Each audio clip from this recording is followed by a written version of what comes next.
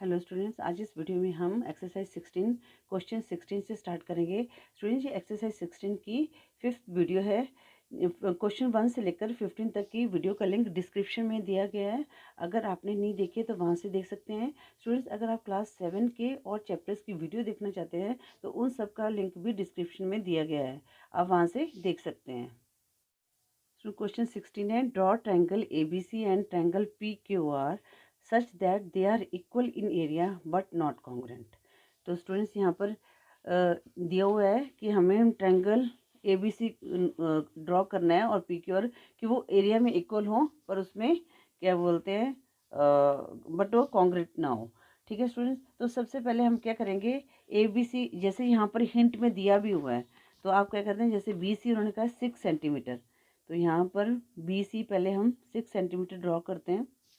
थोड़ा सा नीचे से कर लेते हैं।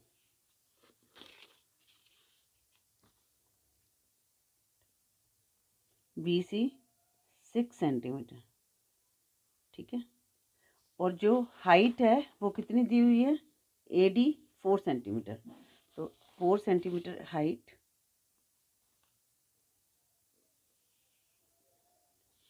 अब हम ट्रायंगल बना लेते हैं।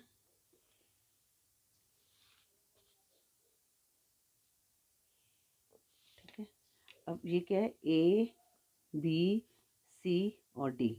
BC 6 सेंटीमीटर और AD हमारे पास है 4 सेंटीमीटर। ठीक है, अब दूसरा ट्रायंगल पहले हम ड्रॉ कर लेते हैं। दूसरे ट्रायंगल में क्या है, जो QR है वो 4 सेंटीमीटर है, QR 4 सेंटीमीटर।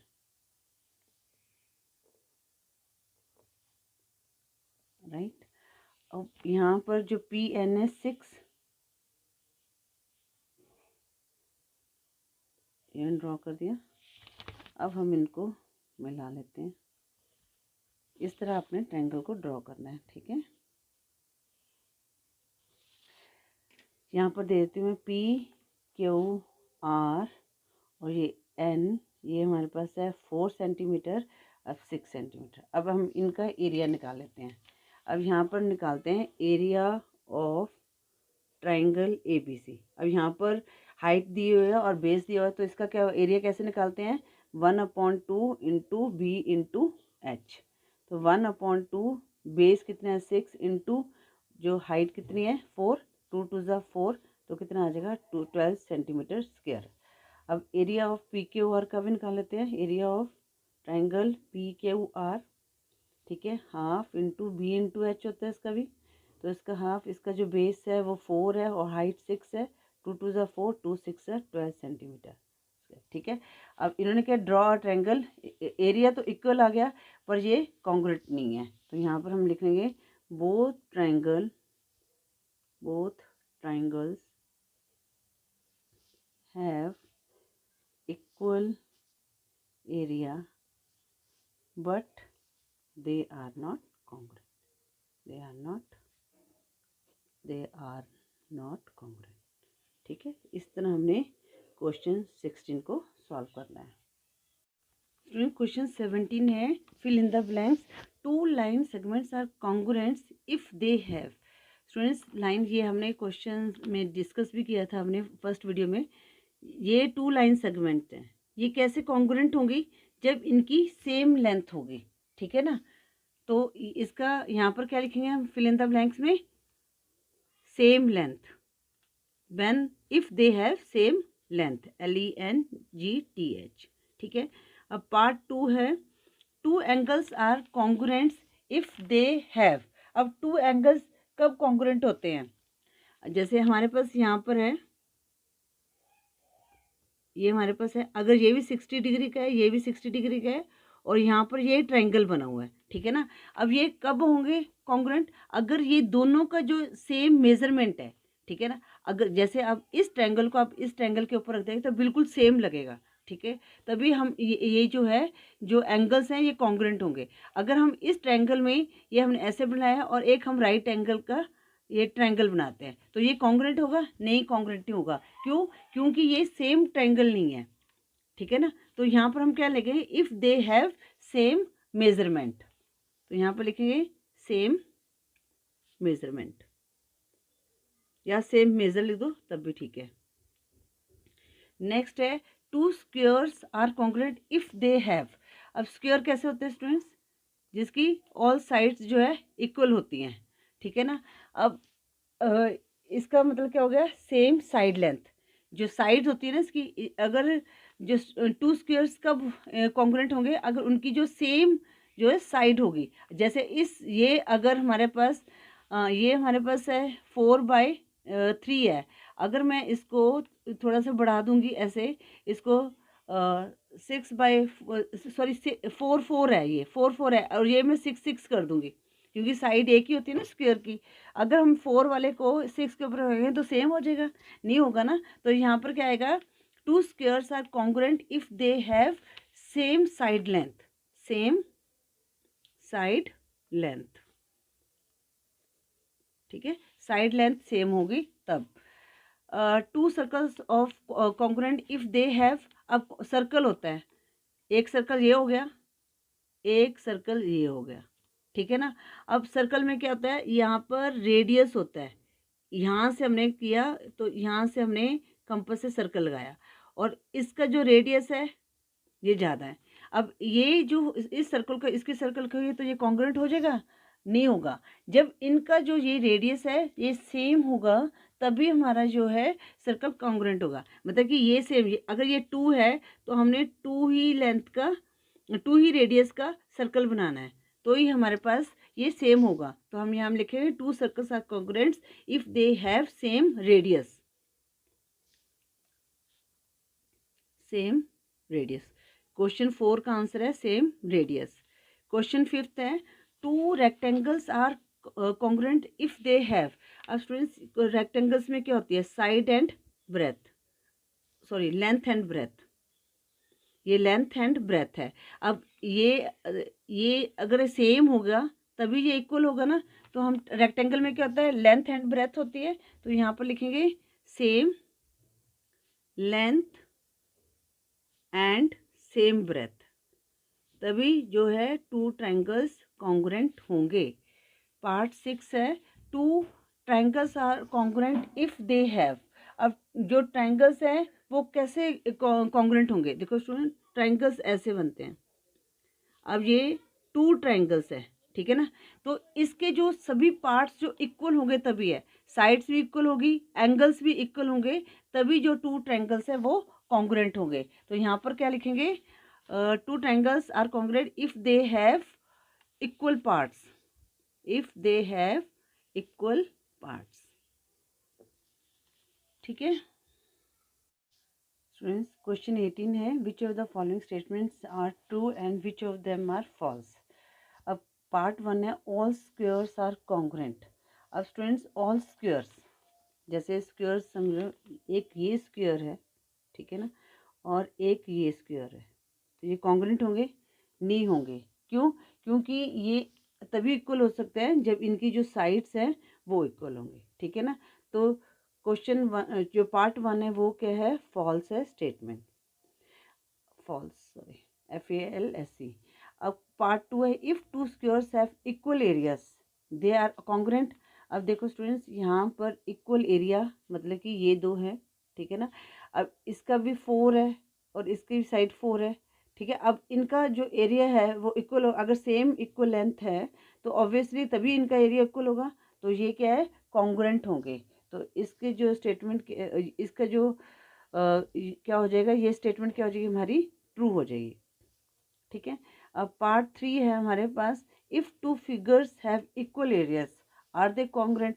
अब स्टूडेंट्स फिगर्स कोई भी हो सकती है, जैसे ये 2, एक रेक्टेंगल हो गया, एक स्क्वायर हो गया, या आप कोई ट्रायंगल स्क्वायर ले सकते हो, ट्रायंगल रेक्टेंगल ले सकते हो, ठीक है ना। तो ये कॉन्ग्रुएंट होगी, नहीं होगी। क्यों, क्योंकि ये डिफरेंट फिगर है। देखो कॉन्ग्रुएंट का मतलब क्या होता है, जैसे कोई चीज़ हम किसी चीज़ के ऊपर, जैसे ट्रायंगल को, इस ट्रायंगल पे दूसरे ट्रायंगल को हम रख दें तो पूरी तरह से ढक जाए, तभी वो कॉन्ग्रुएंट होता है ना। तो ये स्टेटमेंट हमारी क्या होगी, फॉल्स होगी।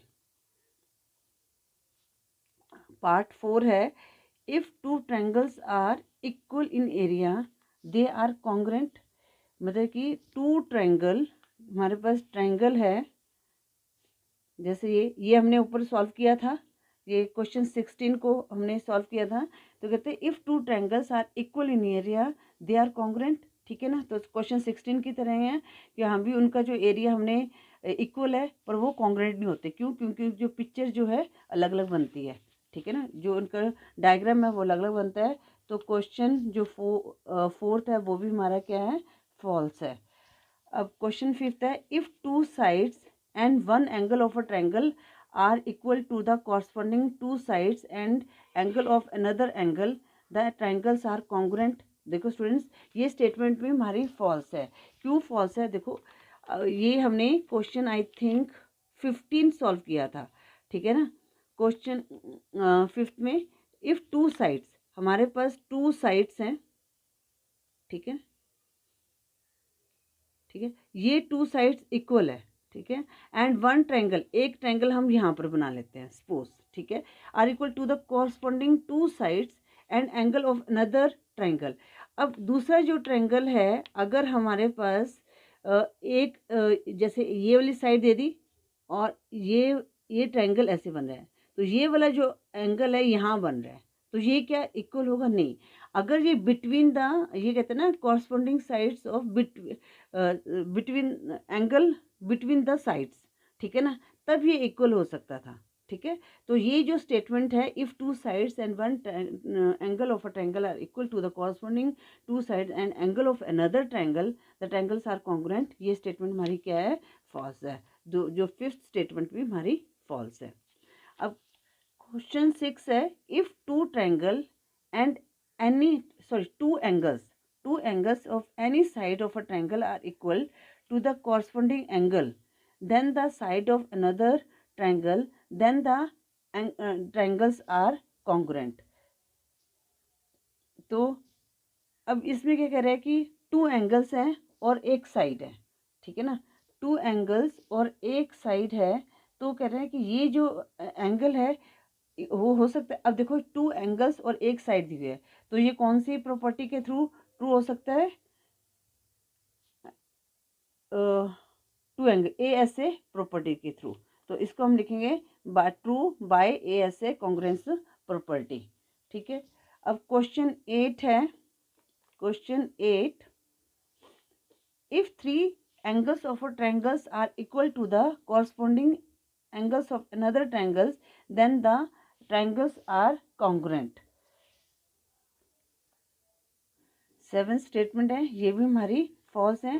क्यों फॉल्स है? कि जरूरी नहीं है कि हाँ भी अगर ये थ्री साइड्स हैं ये इक्वल हो दूसरे। अब ये कहते हैं कि इक्वल, तो ये जरूरी नहीं है कि जैसे ये साइड्स है, ठीक है ना, एक ट्रायंगल की ऐसे साइड्स हो सकती है, तो ये इक्वल तो नहीं है ना, तो जरूरी नहीं है कि हाँ भी ये इक्वल हो साइड्स। तो ये जो सेवन स्टेटमेंट भी क्या है हमारी जो है फॉल्स है। If the hypotenuse and an acute angle of a right triangle are equal to the hypotenuse and the corresponding acute angle of another right triangle, then the triangles are congruent। अब students यहाँ पर एक minute question को मैं बता देती हूँ। वैसे तो ये स्टेटमेंट ट्रू है, कहते हैं कि एक हमारे पास ये राइट एंगल बन रहे हैं, एक एक्यूट ट्रायंगल है, ठीक है ना। अब ये राइट एंगल बनेगा, ये ट्रायंगल बनेगा, ठीक है। अब दूसरा यहाँ पर भी ये इसको ऐसे हो सकता है, ये यहाँ पर देखो ये राइट एंगल में क्या है 90 डिग्री बनेगा और ये एक्यूट एंगल 30 डिग्री का होगा। तो ये हमारे पास क्या है, ये भी जो स्टेटमेंट है हमारी क्या होगी, ट्रू होगी, ठीक है, क्योंकि यहाँ पर दो एंगल बन रहे हैं और एक जो है साइड्स है, तो ये भी हमारी स्टेटमेंट जो है ट्रू है। क्वेश्चन 8 जो स्टेटमेंट हमारी है ट्रू है, ठीक है। अब वो कह रहे हैं कि if the hypotenuse of a right angle is equal to the hypotenuse of another right triangle then the triangles are congruent, ठीक है स्टूडेंट्स। अब देखो यहाँ पर एक्यूट एंगल दिया, अब यहाँ पर जो दूसरा एंगल कुछ भी हो सकता है, ठीक है। जैसे ये हमारा एक 90 डिग्री का है हाइपोटेन्यूज है और दूसरा जो एंगल है वो कुछ भी हो सकता है, तो ज़रूरी नहीं है कि हाँ भी ये एक्यूट एंगल होगा। तो ये स्टेटमेंट हमारी क्या होगी, फॉल्स होगी, ठीक है। जो 9th स्टेटमेंट है वो हमारी क्या है, फॉल्स है। If two triangles are congruent, then their corresponding sides and their corresponding angles are congruent। देखो अब टू ट्रायंगल्स, ये क्या कह रहे हैं कि हमारे पास टू ट्रायंगल्स कॉन्ग्रुएंट है, ठीक है, ये हमारे पास है कि ये दो ट्रायंगल कॉन्ग्रुएंट है तो इनकी साइड्स भी और एंगल्स भी कॉन्ग्रुएंट होंगे। तो ये स्टेटमेंट हमारी जो क्या है 10th है वो क्या है, ट्रू है। स्टूडेंट्स, इसके साथ ही हमने एक्सरसाइज 16 के सभी क्वेश्चंस को सॉल्व कर लिया है। आई होप आपको हर क्वेश्चन अच्छी तरह से समझ आ गया होगा। स्टूडेंट्स, अगर चैनल पे न्यू है तो चैनल को सब्सक्राइब करें। अगर आपकी कोई क्वेरी है तो आप मुझे मैसेज कर सकते हैं। Thank you for watching.